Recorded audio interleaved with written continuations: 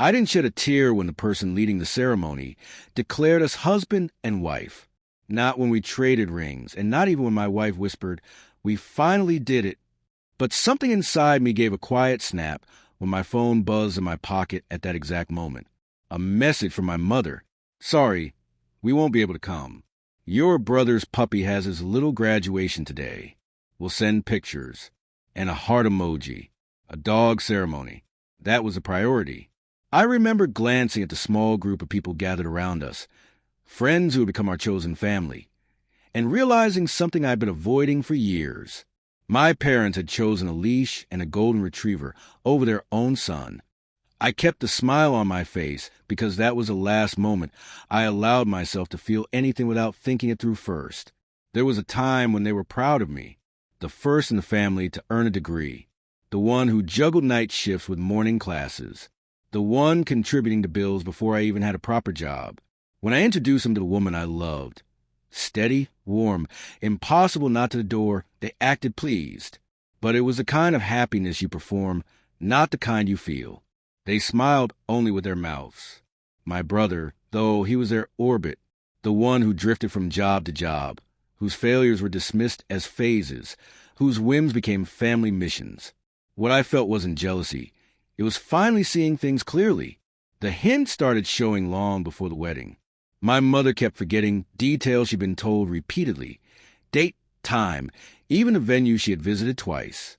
My father kept offering vague excuses about her back hurting, even though she had no trouble making reels every day of Rocky, my brother's dog, wearing bow ties or doing puppy yoga.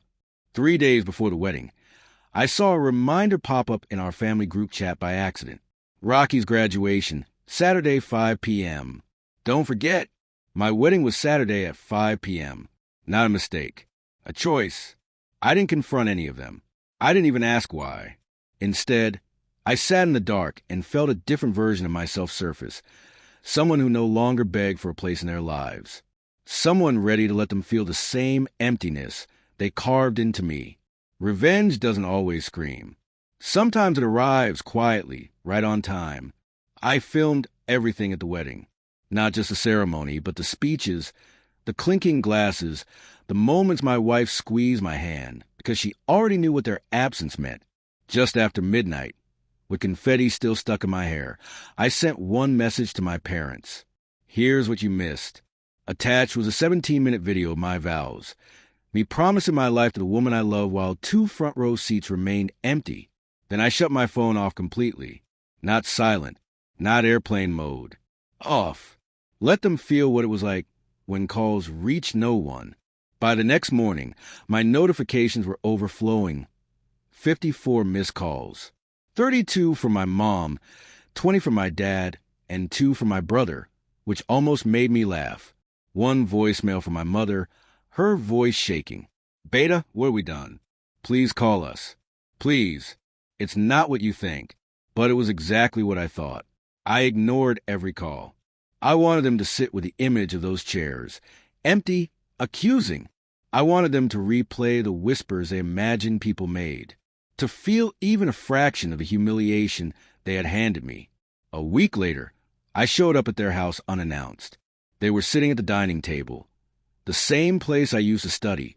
The same place they had rehearsed excuses my entire life. My mother rushed toward me, eyes swollen. My father rose slowly, like guilt had weight. "We made a mistake," he said. "No," I said. "You made a choice." My mother tried touching my arm. I stepped back. The silence after that felt like a wall. "You sent that video to everyone in the family," my father said. "I did," I replied. People deserved to know why those seats were empty. The truth was simple. They cared more about avoiding embarrassment than avoiding hurting me. You don't know how humiliating it was. My mother cried. "I learned from watching you," I said. My father swallowed hard, and that was when it finally hit them. This wasn't a dramatic outburst. This was a boundary, a cutting of ties they had frayed for years. I placed my wedding album, still wrapped, on the table. "For when you remember what actually matters," I said. Then I walked out before they had the chance to respond. I didn't completely break contact. That would have been mercy.